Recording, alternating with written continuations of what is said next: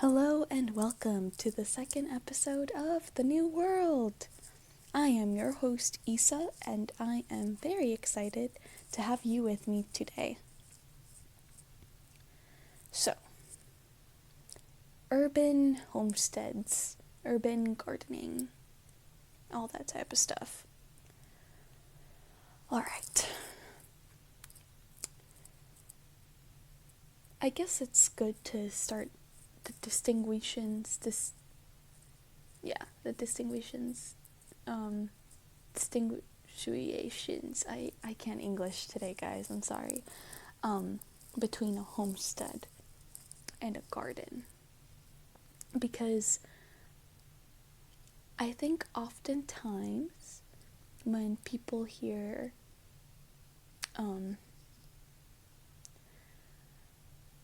about futures with resourcefulness and adaptability in communities,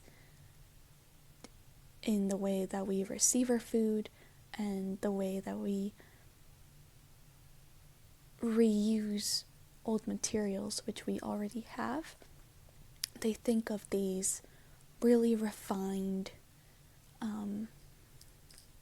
independent systems. And let me elaborate a bit more on that.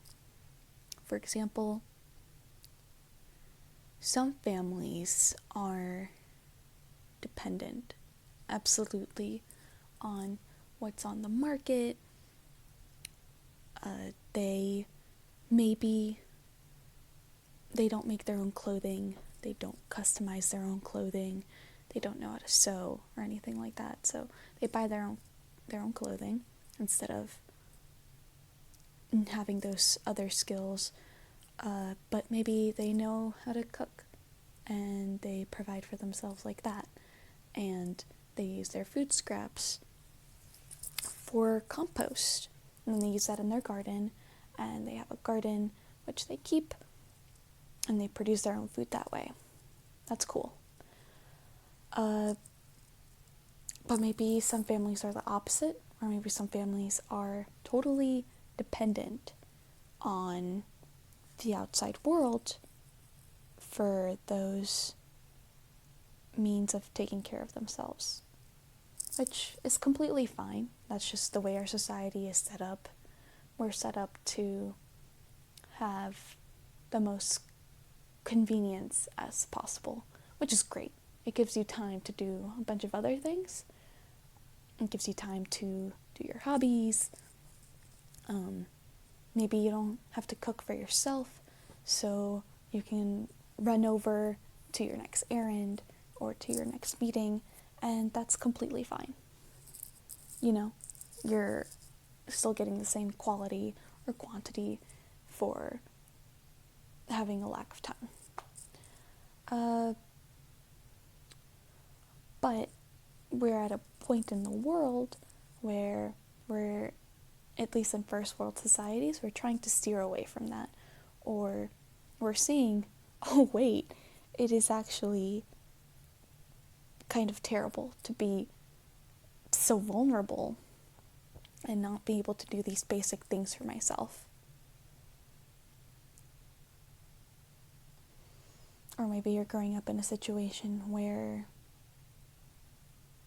you just don't have the money and you had to grow up like that. There's nothing wrong with it. I think it's good to be independent. And there are certain levels of dependence when you're comparing a garden and a homestead.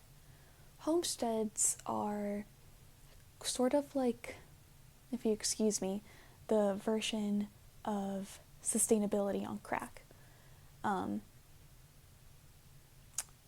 Because homesteads are set up so that you have different tiers of levels that you're providing for yourself.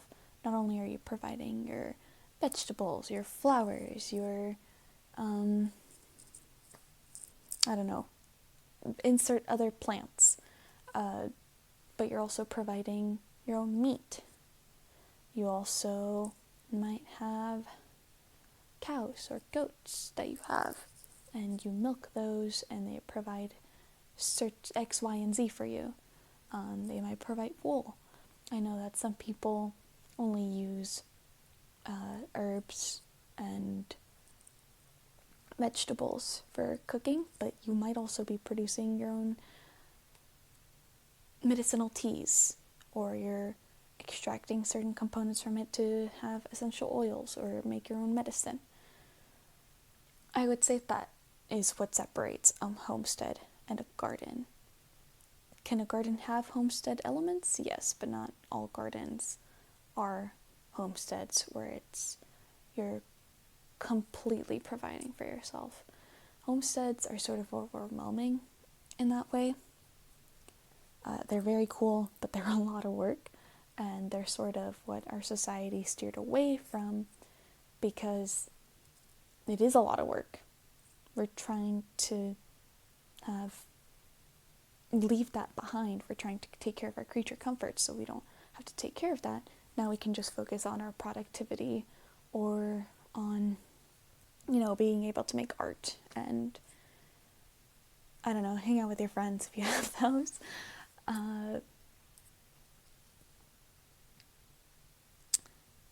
But again, our society is kind of coming back to that because we're realizing, oh wait, these homestead concepts are actually sort of revolutionary because you're reusing, you're reducing, and you're recycling, and everything kind of has its own purpose in that system. You're not as wasteful. So how do you do that in an urban environment? Because homesteads, you often think of them and you go, they're kind of rural.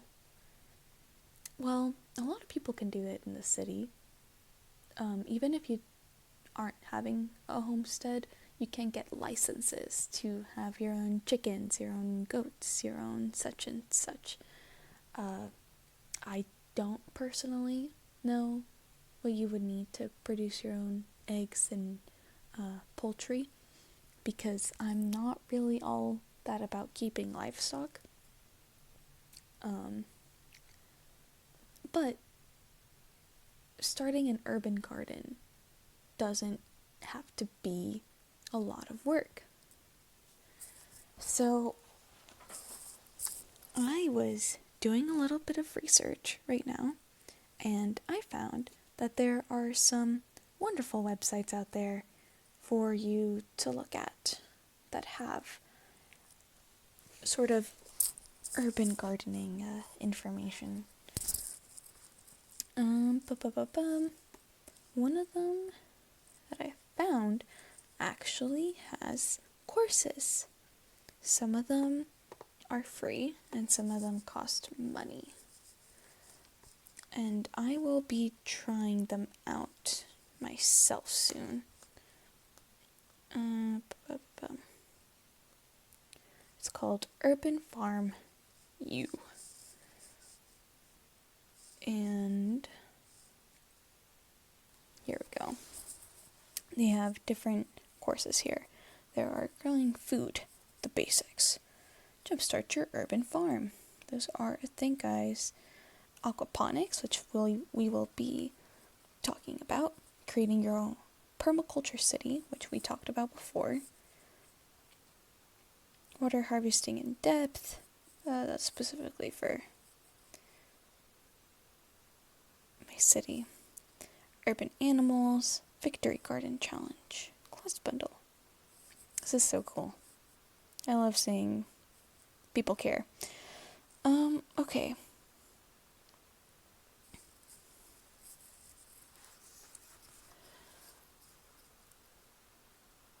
So as we talked about last episode, a lot of you're starting to set up your garden depends on how much space you have.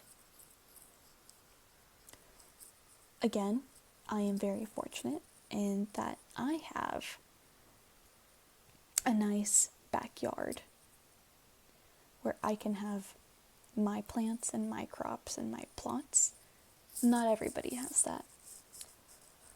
I couldn't tell you all the things you could do because I honestly wouldn't have a realistic view of it. But something that I did a lot when I was first starting gardening on a serious level and sort of just daydreaming about it is I would go on YouTube and I was just looking at these gardens online. There are some very cool YouTube channels that are dedicated to showing you these permaculture systems people make. There are also these things called food forests, which is sort of tapping back into that microclimate idea.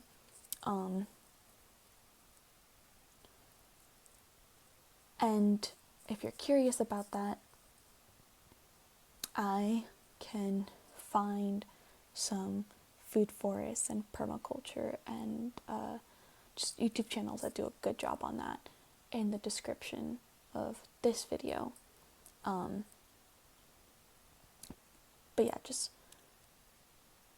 these people who just go out there and say, this is neat, and or that have a necessity to have these systems, and then they make it, and then they do a really great job at it, and you really don't need that much space.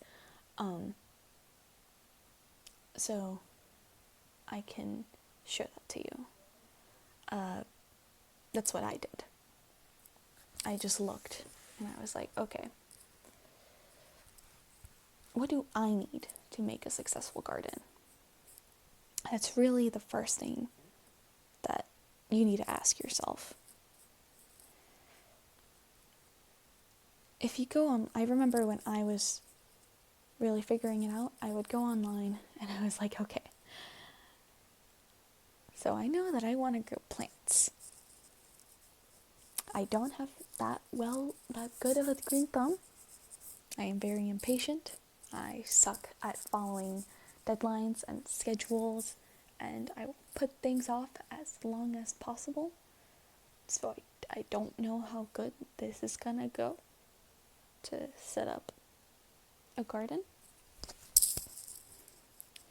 And I'm also really overwhelmed because I'm seeing all of these gardens and ideas that people have out there, things like aquaponics, which is this system where you have a tank and you have fish.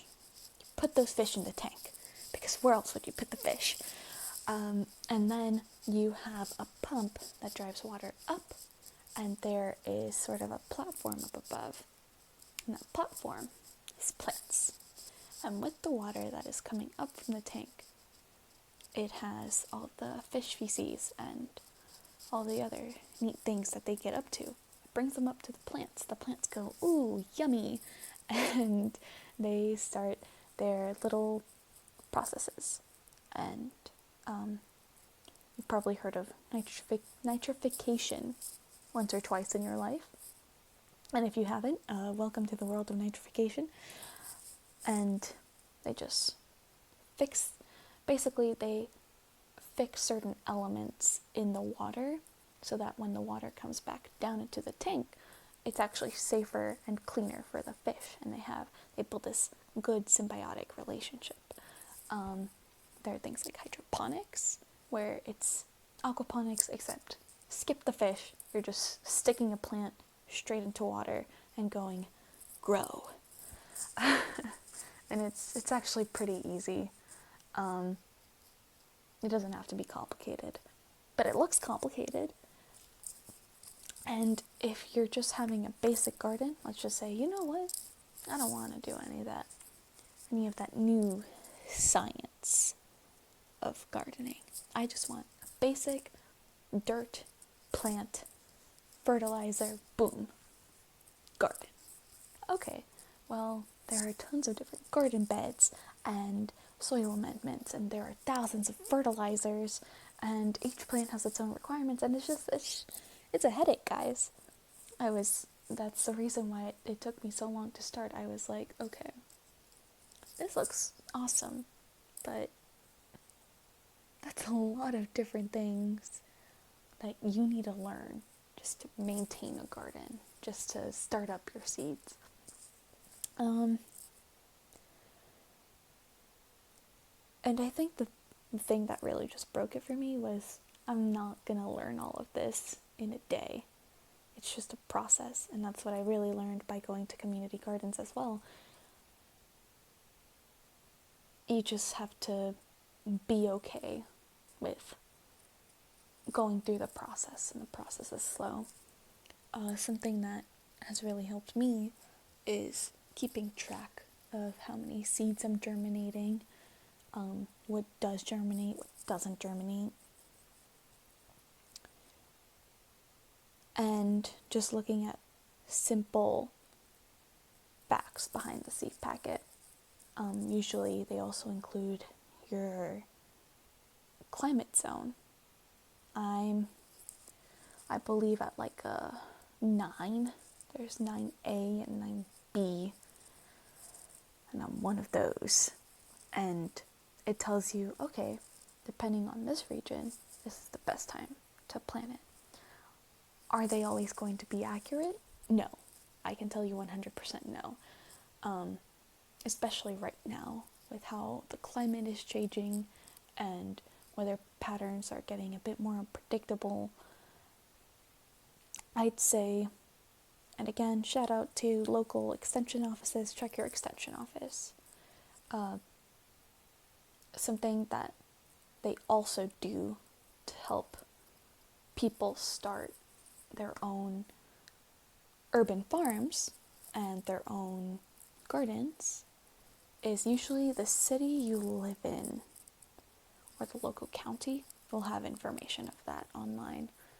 I don't know how good it is for every city, but my city is okay at it. They do have programs available, and information for you to get your handsies on about the climate that you live in, and they'll provide programs for you to start learning. Sometimes they're free, sometimes they're not. That's just the risk you take. But again, you don't have to pay for this. You're in a community garden if you don't want to start your own yet, or if you don't have the means to start your own yet. Some of them have fees, some of them don't. Some of them will just let you have a plot with somebody else. That's what they offered me. Anyway, I got really off track. I have terrible yapping syndrome, guys. Okay. But again, the most basic thing to look at. Alright. What's your climate zone? Learn that. Very important. Second?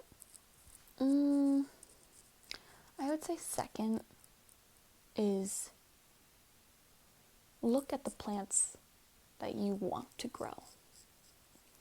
Something that I've always wanted to grow, lavender. 100%. Another thing, peaches. I think they're delicious, and everybody should have a peach every day of their life. Fruit trees kind of intimidate me though. So look at the plants that you want to grow. Third, find out, alright, well, I know my climate now. I know what I want to grow. Now that I know that, let's look at where am I going to put this? I'd say that the first two things are better to start with where am I going to put the garden? Because that stresses you out. It stressed me out. I was like, it would be nice to start a garden, but I don't really have any space. I don't really want to bother anybody with my stuff. So you gotta hype yourself up. You gotta hype yourself up for it. You gotta make yourself want it. and then can be like, okay, fine. Well, now I just can't get it out of my head. Now I just want to put it out there. And then you have the motivation to actually put it out there. I think this is especially encouraging if you have limited space, or maybe you're just self-motivated like that. I don't know. That's really cool though. And you start looking at, okay, what are the different options? Container planting is pretty popular. That's what I do. Even now that I'm making my own plot, I found out that the 2 rocks in my garden are actually several feet long, and I would need to bring in like hand tools, like the big machinery to get them out. And it's too expensive because everything's too expensive. So I'm just gonna have to adapt, improvise, as one does. And that's also what you gotta do. You gotta adapt, you gotta improvise. And container planning is a good option. Okay, cool. So you got the climate, you got what you want to grow, and let's assume that you figured out where you're gonna place this.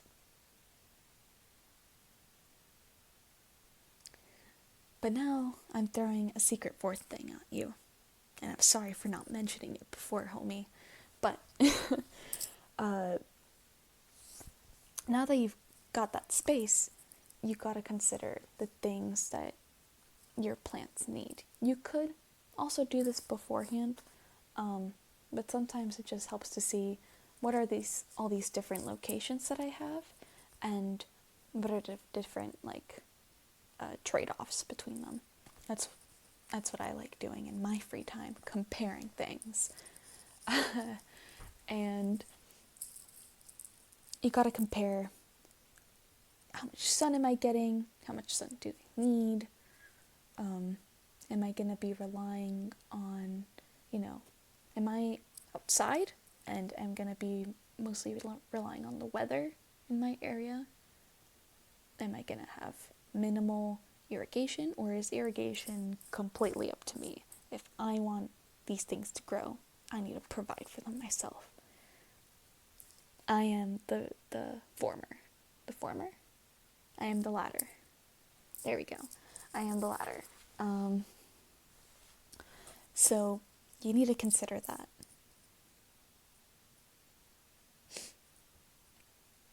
And then I think really the movement process is going to go between those two. It's what I want to grow and the conditions that I have.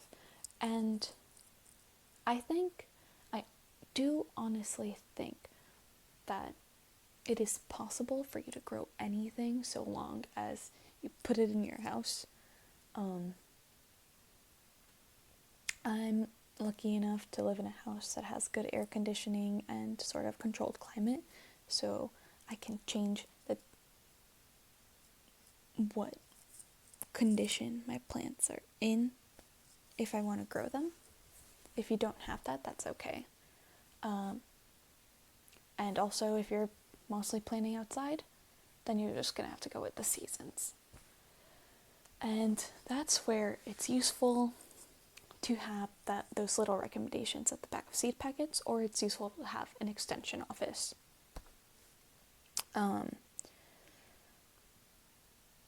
They oftentimes will post a calendar or resources that have, all right, these are the plants that are common, that are good to grow in this season. And they'll also maybe recommend you certain varieties that are good to grow in your area. For example, my community where I live has a specific variation of cowpea. Now, cowpea is a pretty big commercial crop out there. Not one of the biggest, but pretty big, decently big. And we have our own varieties. Something that also has a ton of varieties, too many varieties. Corn. Corn basically changed the way that food is fooded, especially in the culinary arts. Corn is amazing. Um, it's too powerful, one might say. And it's very good for the genetic diversity of those crops, for you to have those varieties that might not be used as much commercially. If you're running an urban farm, if that's why you're here, then I'm sorry, bro. I mean, you can use those commercial crops, but using ones adapted specifically to your area not only is good for you, because you might not have to put as much extra effort, that if you're growing a variety that maybe isn't as well adapted, is an example that I'm going to use is lavender, because I know too much about it. So lavender has tons of European varieties, and even varieties from different parts of the world. But some mentionable varieties are French lavender, Spanish lavender, and English lavender. All the same plant, adapted to different regions. Spanish, cool thing about lavender, super tolerant to the heat. It loves it. It's from the Mediterranean. That's where it originates from. And still, it can be adapted to areas like England, which is quite literally an island in the middle of cold, so close to the North Pole, and France, which France is cold too. I don't know how people live there, but they do. And it adapted to those regions. Now the one that I use, just after doing my own little research, is Spanish lavender, because it is the most resemblant of those good Mediterranean qualities. And yes, I could use the other varieties, but they might not stand the extreme droughts and heat that we are getting in my area. So it just wouldn't be very fruitful for me. That's a good reason why you should use plants adapted to your region, or plants that just might be from other parts of the world, but are very tolerant to your conditions. A good example, cowpea, the African variety. It's African. It's adapted to Africa and was introduced by Europeans when they settled down into the, I want to say the Northwest. Sorry, no, the Southwest. And yeah, that's what they use. They use cowpea. Now, the conditions are very similar, so it was fine. Some plants end up having really great adaptability to a new region, and they end up becoming invasive. So I always recommend that you do look to see how invasive the plant variety that you have will be. A good example, I think, is if you're living somewhere like Florida, and you get mint and you just directly sow it into the ground. Mint, for those of you out there that don't have a green thumb like me, spearmint, wonderful, because all you have to do is basically give it water and it'll go, thank you, and take over any given space that you have. It happened with me. It was a little scary. It was like watching a zombie take over the world, slowly but surely. But it can be invasive if not kept in check.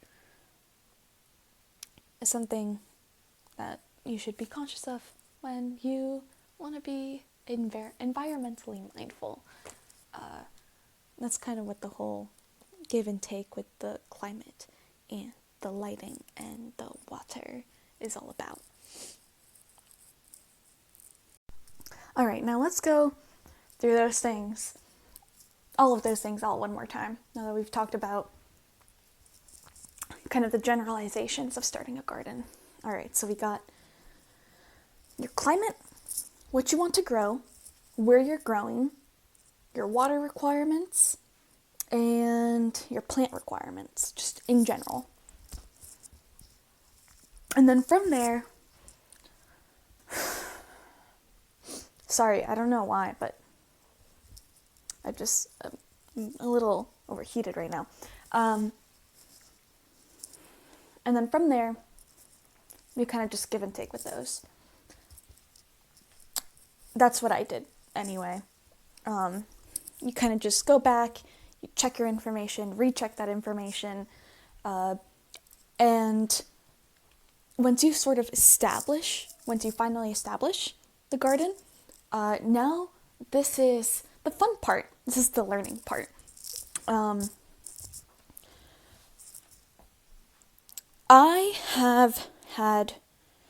wouldn't say I've properly had a garden, but I have been keeping plants. Honestly, I've been keeping plants for years. Most of them have been houseplants. So pothos or devil's ivy, a very common houseplant. I have had a bamboo for around a year now, and I've had, I actually don't remember the name of this one, but it's a nice little foliage. I believe it's from the Amazon. Popular houseplant. Most houseplants have become popular, and they're very low maintenance, all of them. You basically stick them out from partial to full sun, and you keep them in water, or you keep their soil moist. So that's where that hydroponics aspect comes in, where you just stick a plant, bare roots into water, and boom, that plant is set. Now all you have to do is just change out the water, make sure it's clean, because you don't want a root rot to begin. And with plants like that, and even with just keeping plants, it can be pretty mindless, honestly. You don't have to do a ton of experimentation, and because of the passion that I have for them, I know that I have to be a bit more diligent with them, which is why it's so good to keep a journal, because in there you can write down notes of what you notice with certain conditions that you change. For me, it has been a bit overwhelming because there are just so many different aspects that go into keeping a plant, and not every cause is an effect, right? That's probably one of the very first things that they teach you in science class. So it's really about paying attention to your plants once you do have it established. It also depends on why you're raising a garden. Is it to be healthier? Is it to help your mental health? Or do you just like having them around and want to have a more decorative aspect, a living aspect to your home?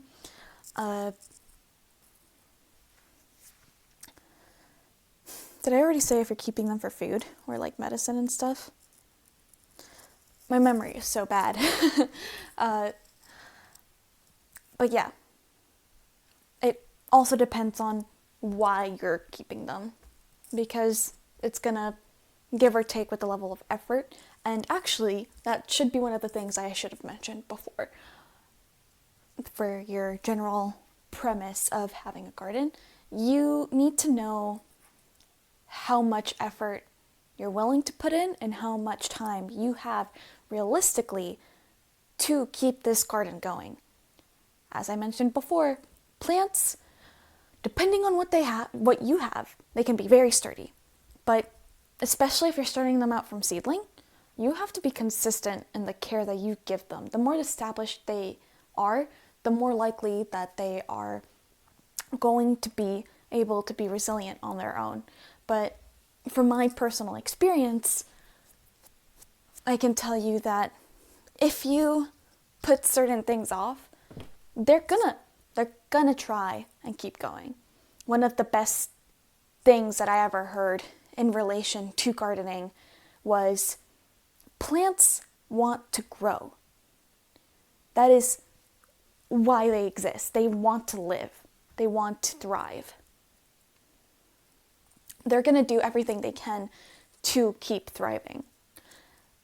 When you make one entirely reliant on you, especially if they're an indoor plant, they are going to hold out as long as they can, but in the end, it is up to you to have that plant survive. And that's really where that is at. So, I'm keeping a journal. I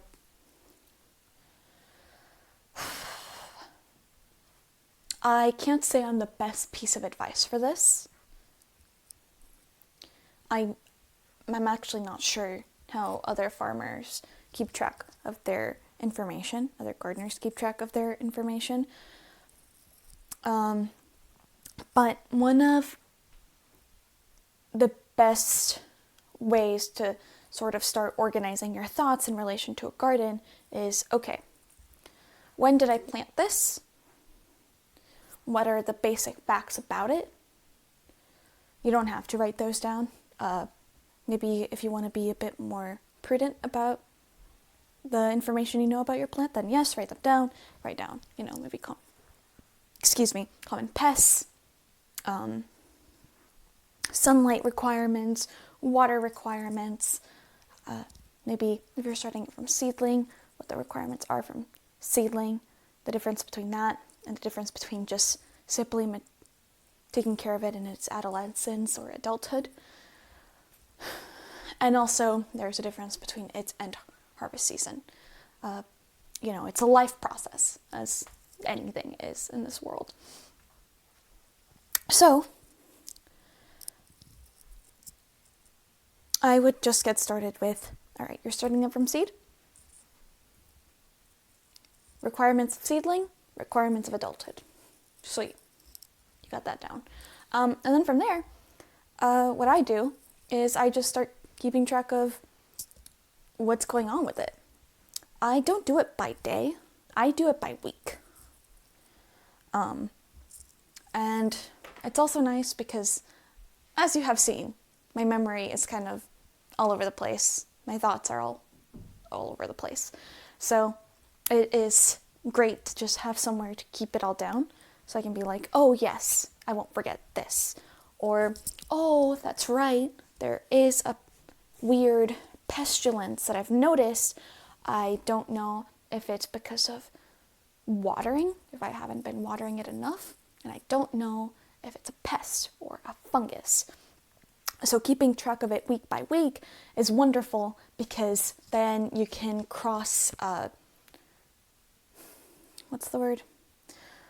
cross-reference between online sources and your own experiences.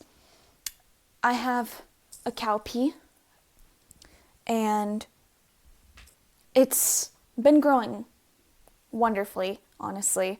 But a while ago, I started noticing that one of its leaves was droopy. It had signs of fungus infection. It was spotted, and it looked simultaneously as if it wasn't receiving enough water, droopy, and also like it was burning, so shriveling up. And I was very confused for a while because I wasn't noticing anything wrong with it until I started cross-referencing online and saw that yes, this could be a pest that I have, but I wasn't sure what pest. There is a particular species. It is called red spider, I believe. It's not actually a spider.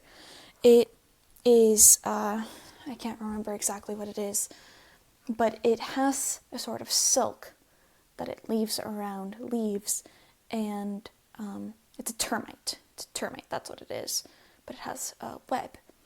I wasn't noticing that web Now, because I volunteer at the botanical garden, I sometimes bring in dead plants and I kind of just journal them down to just see plant physiology.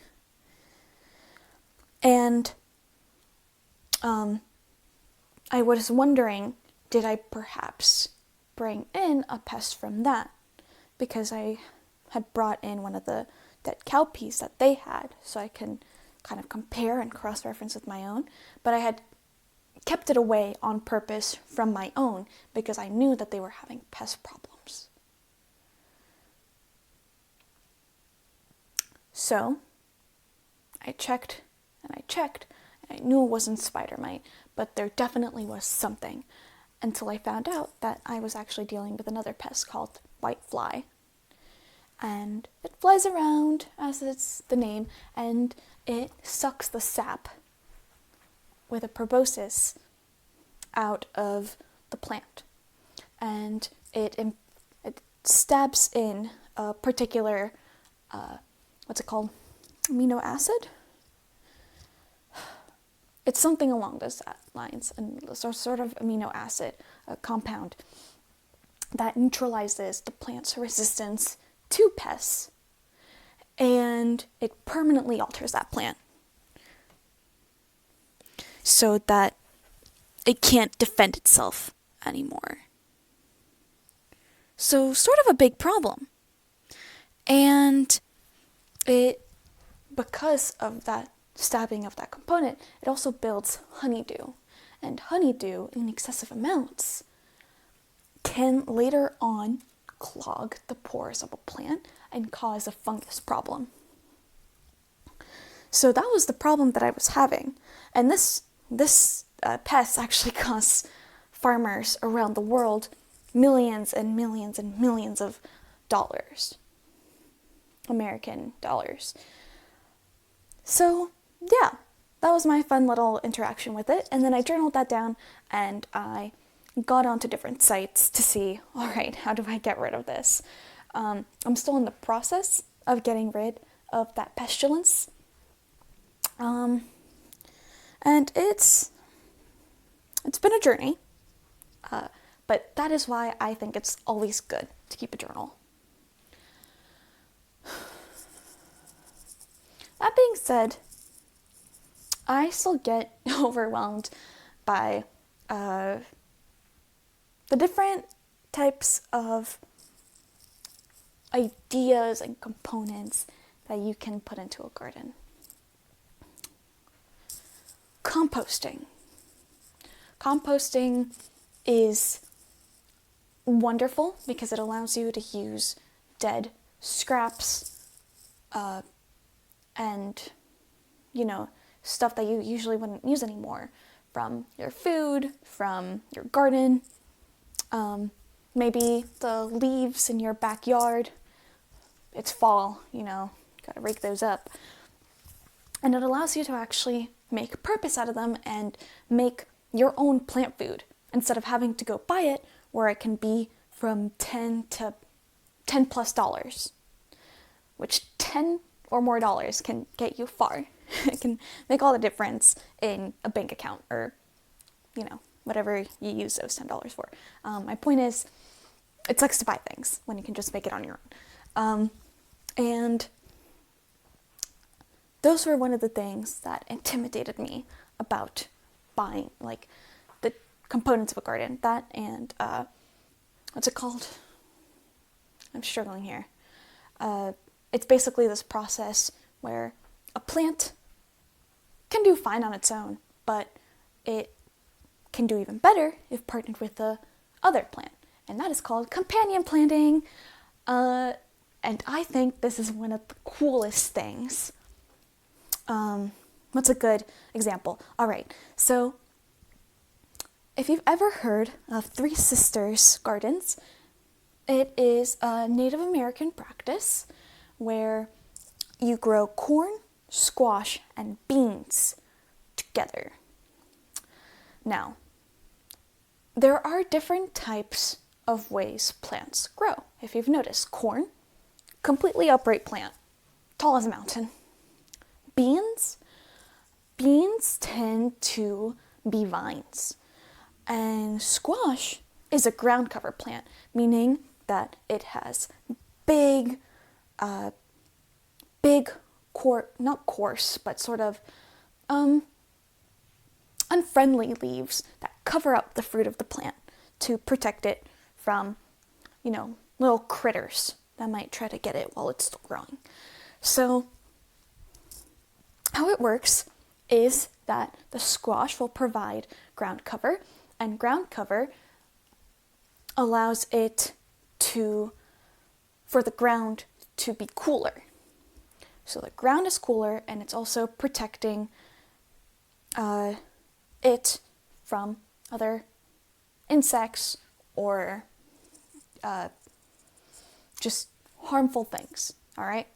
And that corn is going to stab into that ground, and its roots, its stem is going to be protected from those ground critters, and also is going to have just nicer, more controlled temperatures in that ground. It also holds moisture and just retains good microbial organisms that help out in the dirt. Sweet. And then you have your beans, and those beans, instead of having to just lie miserably on the ground like a worm, they can then wrap around the corn, and it helps it stay upright. And the wonderful thing about beans, the reason why every farmer and their, dog loves legumes, which is the family of beans, by the way, is because beans are nitrogen fixers.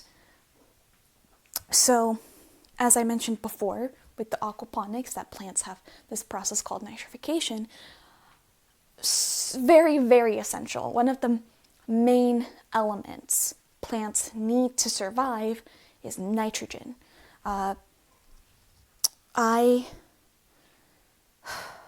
There is a group of elements that are absolutely essential in plant growth, and I have it in one of my journals. I have it right here with me. Those elements are, let's see, I'm gonna flip through here.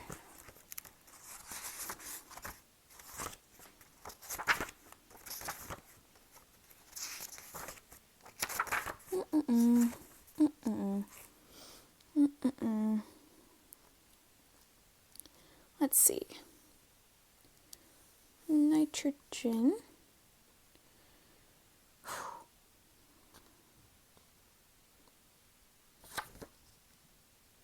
Well, I don't have it. My bad, guys. But, where was I getting that? Ah, yes. Beans. Nitrogen. Absolute nitrogen powerhouse. So it goes through the process of nitrification in the ground, in its roots, because it has a symbiotic relationship between certain bacteria in the dirt and its roots. And it helps get those extra elements. So the corn now benefits from that, all for just letting some long guy hang around. That's kind of cool, isn't it? And because of that, instead of having a monoculture where if you had these plants apart, yes, you would have gotten that yield. But now in this relationship with one another, you're actually improving your yield size, because these plants are healthier and they're helping each other out. So companion planting is something that I'm still trying to get into, but still sort of intimidates me. Right now, the companion plant that I have is with my cowpea and basil. I haven't been very successful with it. And I'm not sure entirely if it's because my basil maybe hasn't been getting enough sunlight, but I've kind of had mixed results with growing basil, if I'm being completely honest. I only have one which is truly thriving, and the others have either died off or sort of have plateaued in their growth.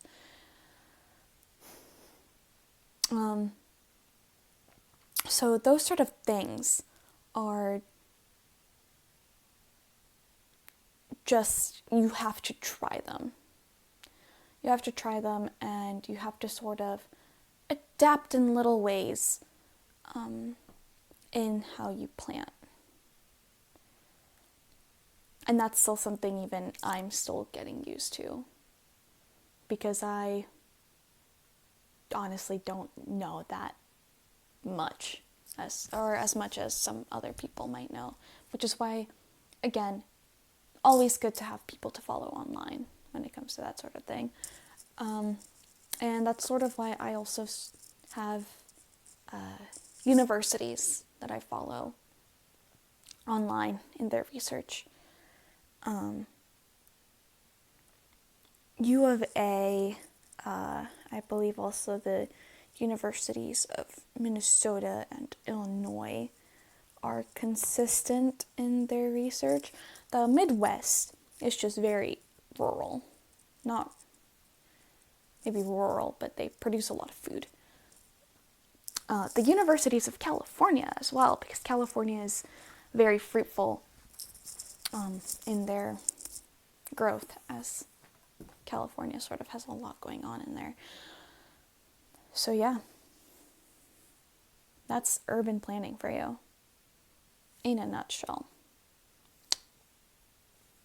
I'd say the main takeaways are, basic components of gardening. Know where you are, know your climate, know what you're planting, know your space situation, know the requirements of the plants that you are growing, and always look out for that water component. Very important. Consistency, time and effort. And once you're actually in that process, trying new things for sure, as well as keeping records of how your plants are doing. That's sort of been what I've been, for the most part, what I've learned in the last couple of months. Which, if I'm putting this on a timeline where I've really, because I've been growing things with varying success and effort put in since, I want to say, the beginning of this year, since January. That's when I really started, buying seeds and cataloging things and starting my journals. And really getting into it has been maybe 4 or 5 months now. But it really is just trial and error, because I've gone through so many plants. Some of them got farther than others, and it really is just trial and error. And something that can really help you out, I know I've mentioned it a lot, but get to know your community and the commodities that your city and different organizations have. That can be a huge thing. Again, for me, it was community gardens. It was different programs my city has. They have things ranging from, agriculture to just conservation. But even that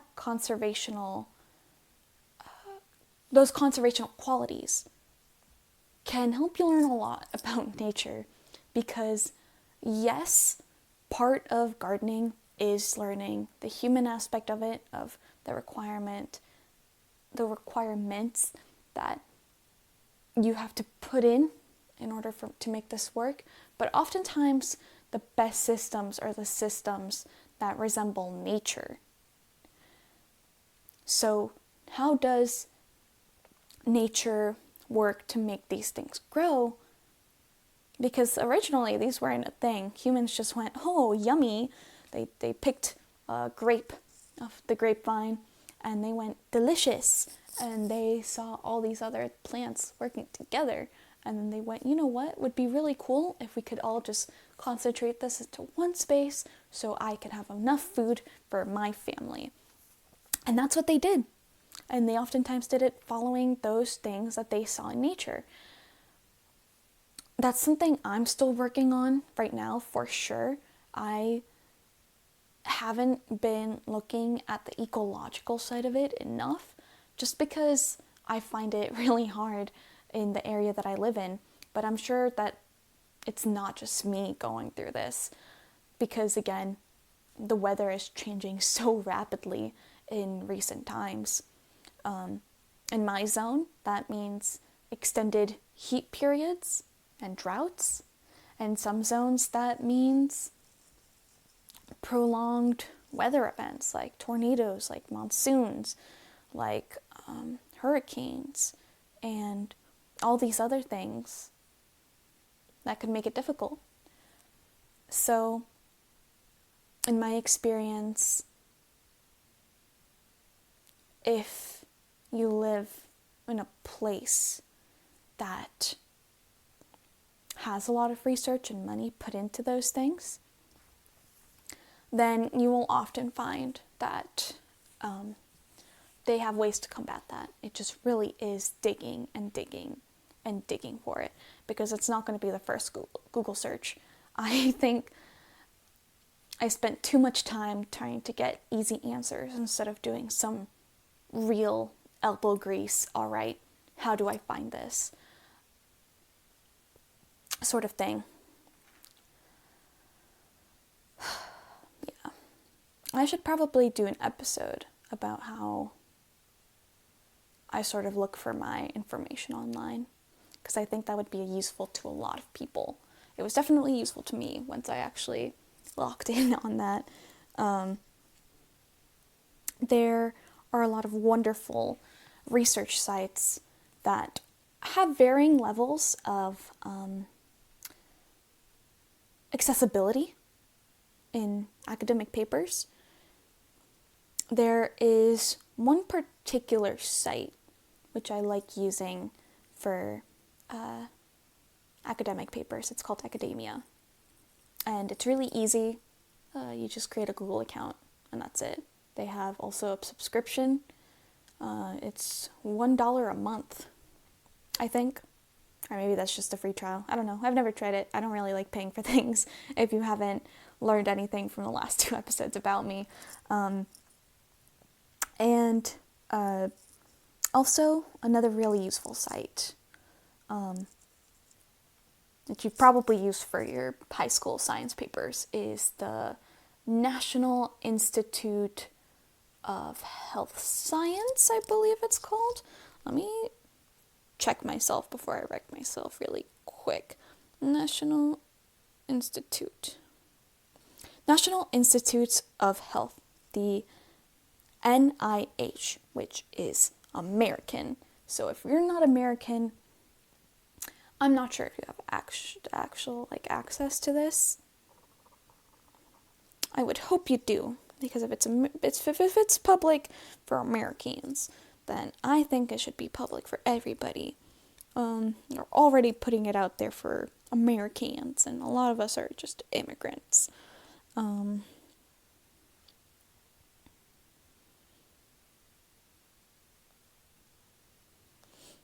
Yeah, they're pretty great.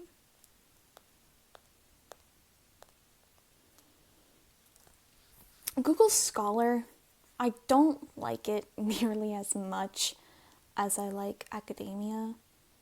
But it's okay. I just don't find its database to be as user-friendly, which I sort of detest. But again, it's okay. I have nothing against it. So that has been episode 2 of The New World. Thank you so much for listening and for sticking with me. I will be posting those links online. I'll even post the links to the research sites that I have. And, since I'm in a good mood, I'll also post some of the YouTubers that I follow and such, just to help you out. So, I hope that you have a wonderful, wonderful day, and that I see you soon. Have a nice time.